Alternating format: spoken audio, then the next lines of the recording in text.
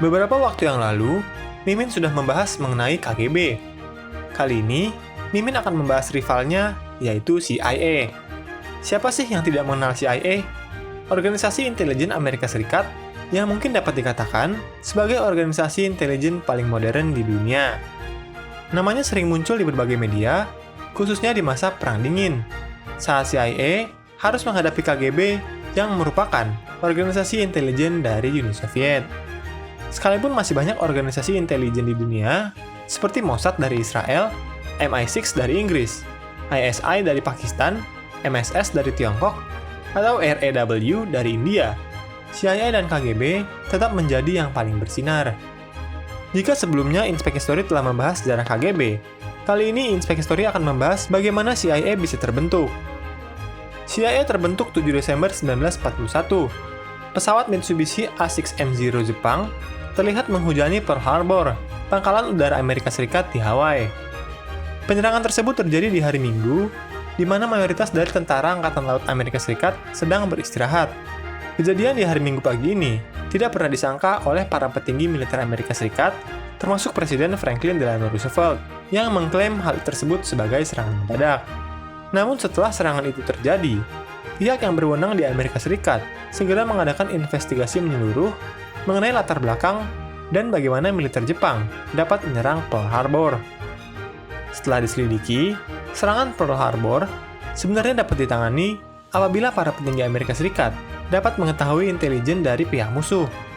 Selain itu, intelijen sebenarnya sudah mengetahui bahwa pada November 1941, militer Jepang berkomunikasi melalui pesan radio bahwa mereka sedang bersiap-siap guna menyerang Filipina, yang adalah wilayah koloni dari Amerika Serikat di Asia Tenggara. Harold Rainsford Stark, kepala staf Angkatan Laut dari Amerika Serikat, bahkan menjadi perwira pertama yang melaporkan hasil penyadapan komunikasi dan pergerakan dari Angkatan Militer Jepang. Setelah mengetahui rencana penyerangan ini, pertanyaan perlahan berubah dari mengapa Jepang menyerang Pearl Harbor, menjadi mengapa Amerika Serikat tidak mempersiapkan diri menanggapi serangan Jepang yang sebenarnya bukanlah serangan mendadak.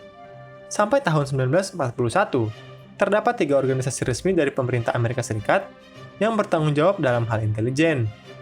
Ketiga organisasi ini adalah Intelijen Angkatan Darat, Kantor Intelijen Angkatan Laut, dan FBI.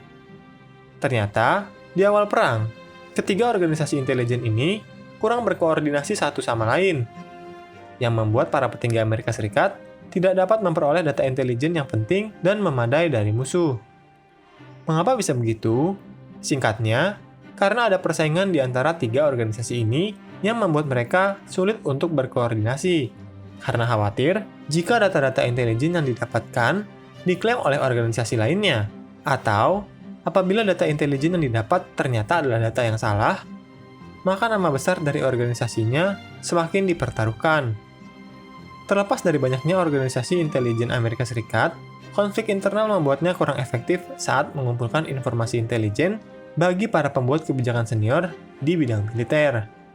Masalah koordinasi internal ini yang membuat ketiganya tidak dapat bekerja dengan maksimal, yang memungkinkan serangan Jepang di Pearl Harbor akhirnya berhasil. Karenanya untuk merespon berbagai masalah internal intelijen Amerika Serikat, dan demi mencegah agar kejadian seperti Pearl Harbor tidak terulang kembali, Amerika Serikat memutuskan untuk mendirikan Office of Strategic Service yang diketuai oleh William Joseph Donovan, seorang mayor jenderal yang memiliki nama julukan Wild Bill. Awalnya fokus OSS hanya untuk mendukung para pembuat kebijakan senior dengan mengumpulkan intelijen lawan secara akurat dan data ekonomi. Walau demikian, karena tuntutan pekerjaannya, OSS perlahan juga akan bekerja di belakang garis pertahanan musuhnya. OSS melakukan banyak kegiatan yang dapat mendukung kemenangan sekutu dalam Perang Dunia Kedua, seperti spionase, sabotase, dan pengiriman senjata kaum pemberontak di belakang garis musuh. Salah satu tugas pertamanya adalah pergi ke Afrika Utara untuk mengamati pergerakan dari pasukan Rommel dan militer porosnya di Afrika Utara. OSS berkontribusi besar bagi kesuksesan Operasi Torch karena selain mesin Ultra, merekalah yang juga menginformasikan berbagai pergerakan militer dan strategi musuhnya. Mendekati akhir Perang Dunia Kedua, OSS terlibat dalam sebuah operasi khusus yang sangat terkenal karena kontroversinya, yaitu Operasi Paperclip. Dalam operasi tersebut, mereka mencoba menarik sebanyak mungkin ilmuwan-ilmuwan jenius Jerman untuk bergabung mendukung Amerika Serikat. Sebagai imbalannya, OSS akan memusnahkan seluruh dokumen kontroversial mereka. Salah satu ilmuwan Jerman yang terlibat dalam operasi ini adalah Wernher von Braun, yang bersama dengan sekelompok stafnya dipindahkan ke Amerika Serikat untuk mengerjakan program angkasa Amerika Serikat. Keberadaan von Braun terbukti memang sangat bermanfaat untuk Amerika, yang membuat program luar angkasanya berhasil mengalahkan Uni Soviet dalam Space Race. Wernher von Braun bersama dengan lebih dari 1.600 ilmuwan, baik dalam bidang roket dan luar angkasa, fisika, kimia, arsitektur, medis, elektronik, dan lain-lain, dipindahkan ke Amerika Serikat untuk dipekerjakan kembali di bawah otoritas Amerika Serikat. Setelah Perang Dunia Kedua berakhir, OSS juga ikut dibubarkan, di mana untuk sementara waktu, dunia merasakan kedamaian setelah horor yang terjadi dalam Perang Dunia Kedua. Namun tidak lama setelahnya, ketegangan kembali berlanjut terutama di kota Berlin, di mana terdapat 4 negara sekutu, yakni Prancis, Amerika Serikat, Inggris, dan Uni Soviet, setuju untuk membagi administrasi Berlin menjadi 4 bagian. Meskipun pada awalnya, pembagian ini hanya bersifat politis dan penduduk yang tinggal di wilayah tersebut masih dapat berpindah antar keempat zona seperti biasa. Namun pihak Soviet berniat untuk memiliki seluruh kota Berlin, karena letaknya yang jauh di dalam wilayah Jerman Timur.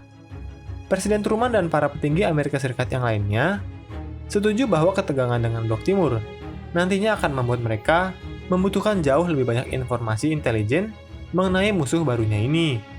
Hal ini segera memicu diterbitkannya National Security Act tahun 1947 yang ikut mencantumkan nama Central Intelligence Agency sebagai lembaga independen yang bekerja demi kepentingan Amerika Serikat di bawah direksi Dewan Keamanan Nasional.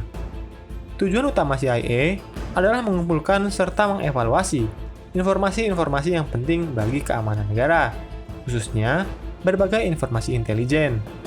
Dalam pembentukannya, Presiden Truman mengikutsertakan banyak anggota-anggota penting OSS yang berpengalaman. Di masa awal Perang Dingin, CIA ditugaskan untuk memata-matai ilmuwan ex-Nazi Jerman yang ada di Eropa. CIA juga berusaha untuk merekrut para ilmuwan ini dan mencegah mereka jatuh ke tangan Uni Soviet. Dengan misi yang diberikan ini, CIA secara resmi melakukan kelanjutan dari Operasi Paperclip yang sebelumnya telah dilaksanakan oleh OSS.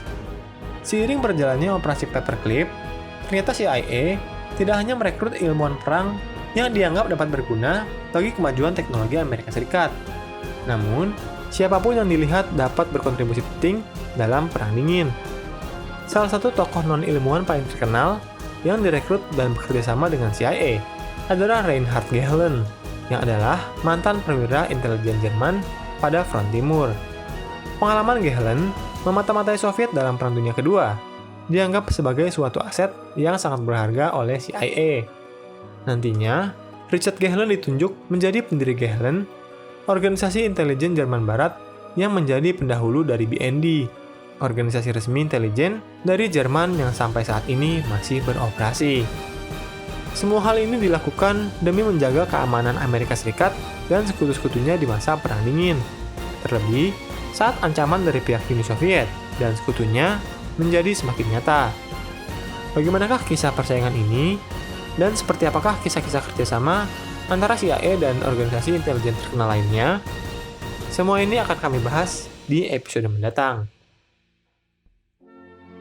Hai, bantu kami dalam memproduksi lebih banyak konten sejarah dengan mengklik tombol subscribe. Dan jangan ragu untuk memberikan saran, komentar, atau pertanyaan. Terima kasih.